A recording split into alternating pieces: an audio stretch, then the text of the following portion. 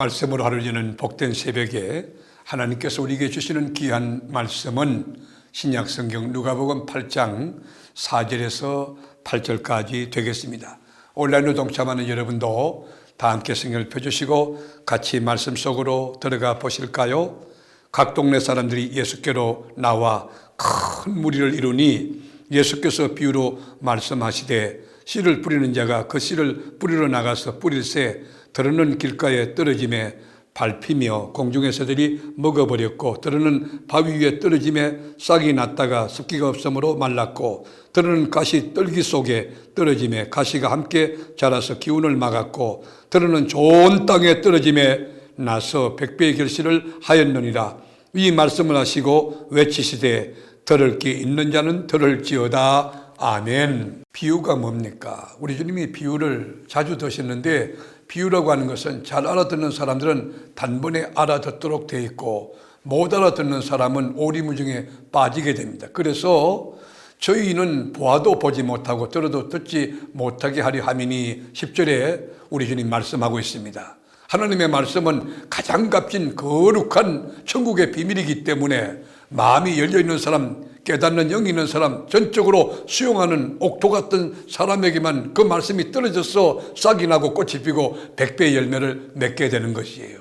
그래서 11절에 이 비유는 이러하니라. 씨는 하나님의 말씀이요. 여러분, 우리들에게 익숙한 씨 뿌리는 비유 이야기 아닙니까?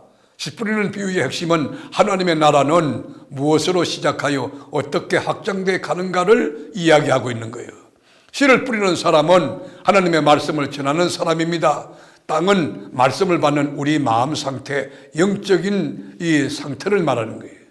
문제가 있는 씨가 어디 있겠습니까? 생명 있는 씨라고 하면 그저 싹이 트고 꽃이 피는 거 아닙니까? 다만 우리들의 문제가 있는 마음이 문제일 뿐이에요. 어떤 땅에 떨어지는가에 따라서 결과가 달라지는 것이에요. 씨 뿌리는 사람이 눈에 들어옵니다. 씨의 일부는 사람들이 자주 다니는 단단한 길바닥에 떨어져서 여러분 그 톡톡 튀는 거예요. 그러면 새들이 와서 먹고 만다고 12절에 이야기합니다. 마음속에 떨어져야 될 하나님의 말씀을 매번 사탄에게 빼앗기는 거예요. 졸다가 빼앗기고 엉뚱한 생각하다 빼앗기고 입에 맞추고 다음 프로그램을 생각하다가 이 사탄에게 말씀을 빼앗기고 마는 거예요. 그러니까 교회는 10년, 20년, 30년, 40년 다니고 또 그리고 교회에서 오랫동안 다니다 보니 직분을 받아 집사가 되고 권사 장로가 되었지만은 수많은 설교를 듣고도 하나님을 알지 못하고 신앙의 확신도 없고 성령 체험도 못하고 변화도 없고 영적인 성장도 없고 성숙도 없고 열매도 없는 그리스도인이 교회 안에 있다는 것이에요. 그리고 일부는 흙과 자갈이 섞인 땅에 떨어진 거예요. 여러분, 자갈밭에 씨앗이 떨어지면 뿌리를 내릴 수 있을까요? 여러분, 뿌리를 내린다 할다가도 습기가 없으니까 곧 말라 죽는 거 아닙니까? 13절에 보면 바위 위에 있다는 것은 말씀을 들을 때 기쁨으로 받으나 뿌리가 없어 잠깐 믿다가 시련을 당할 때 배반하는 자요. 여러분, 예수 믿고 감격하고 처음에는 기뻤지만은 시련이 오면 그만 뿌리가 없기 때문에 예수를 배반하고 떠난다는 것이.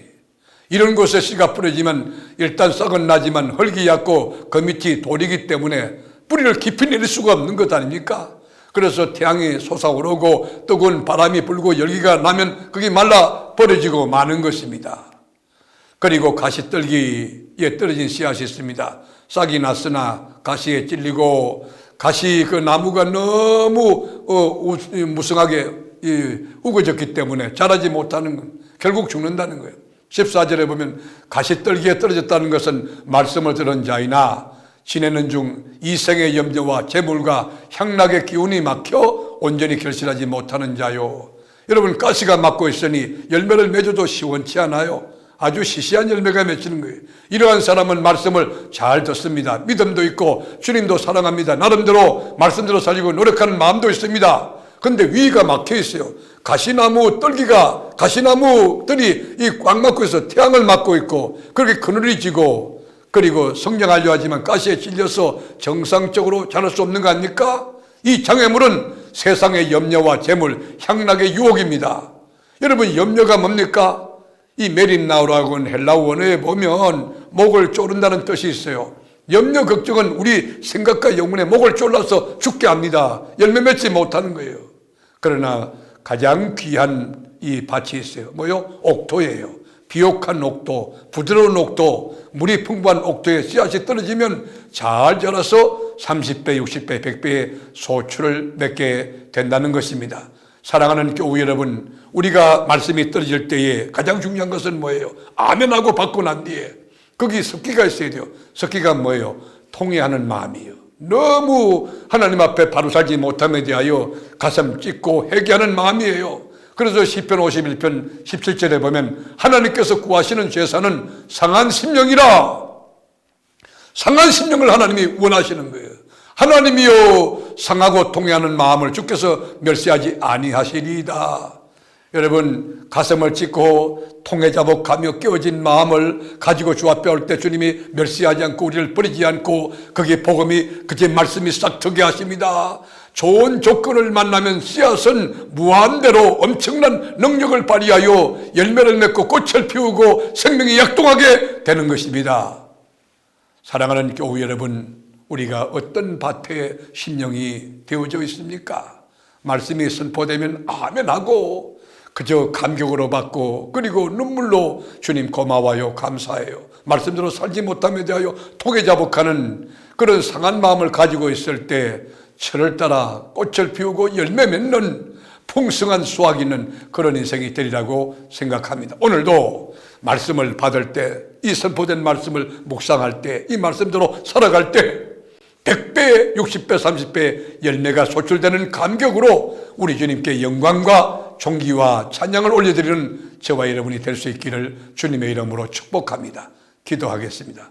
주님, 우리가 길가밭, 가시밭, 하나님 돌짝밭 되지 않고 옥토 되기 원합니다.